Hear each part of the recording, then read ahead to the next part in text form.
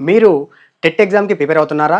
అయితే ఈ video skip చేయకుండా చివరి వరకు చూడండి. లేదా మంచి ఛాన్స్ అయితే మిస్ అవుతారు. చాలామంది చాలా బాగా చదువుతారు. సిలబస్ మొత్తం కంప్లీట్ చేస్తారు. 2, 3 టైమ్స్ రివిజన్ కూడా చేస్తారు. తీరా ఎగ్జామ్ రాస్తే స్కోర్ ఏమో తక్కువ వస్తూ ఉంటుంది. ఎందుకు తగ్గుతుంది? అంటే దానికి చాలా కారణాలుంటాయి. నెంబర్ 1 వచ్చేసి ఎగ్జామ్ ప్యాటర్న్ తెలియకపోవడం. నెంబర్ 2 వచ్చేసి ఎగ్జామ్ అంటే ఫియర్ ఉండడం. భయం ఉండడం వల్ల కూడా ఆ టైంలో ఆ ఆన్సర్‌ని పెట్టకుండా వచ్చేసి బయటకొచ్చిన తర్వాత అబ్బా! ఇది పెట్టుంటే బాగుండేది. ఇది కదా కరెక్ట్ ఆన్సర్ నేను అది పెట్టాను కదా అని చెప్పి కంగారు పడుతూ ఉంటారు. బాధపడుతూ ఉంటారు. ఎగ్జామ్ వన్స్ మనం సబ్మిట్ చేసిన తర్వాత ఇక మన చేతిలో ఏమీ ఉండదు కదా! అందుకే ముందే మనం ఈ ఫియర్‌ని, ఈ ఎగ్జామినేషన్ ప్యాటర్న్‌ని గనుక మనం అర్థం చేసుకున్నట్లయితే ఖచ్చితంగా ఎగ్జామ్‌లో మంచి స్కోర్ అయితే సాధించవచ్చు. మరి ఈ ఎగ్జామ్ ప్యాటర్న్‌ని గాని, ఈ ఫియర్‌ని గాని మనం ఎలా ఓవర్‌కమ్ చేయాలి అంటే నంబర్ ఆఫ్ ప్రాక్టీస్ టెస్ట్స్ అయితే మనము ప్రాక్టీస్ చేయాల్సి ఉంటుంది.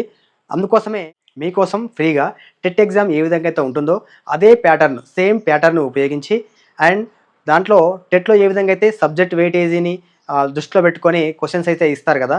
అదే విధంగా మీకు సబ్జెక్ట్ యొక్క వెయిటేజీని దృష్టిలో ఉంచుకొని మీకు 150 బిట్స్‌కి మీకు టెట్ ఎగ్జామ్ మోడల్ టెస్ట్ అయితే కండక్ట్ చేయాలనుకుంటున్నాను. TET model test. అయితే ఎంతమంది ఇందులో ఇంట్రెస్టెడ్‌గా ఉన్నారని చెప్పి నాకు కామెంట్ రూపంలో తెలియజేయండి.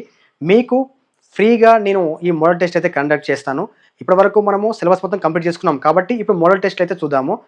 ఇప్పటి నుండి ఇంకా 1 మంత్ టైం ఉంది. ఈ 1 మంత్‌లో మనం ఎన్ని వీలైతే అన్ని మోడల్ టెస్ట్‌లు అయితే ప్రాక్టీస్ చేద్దాము.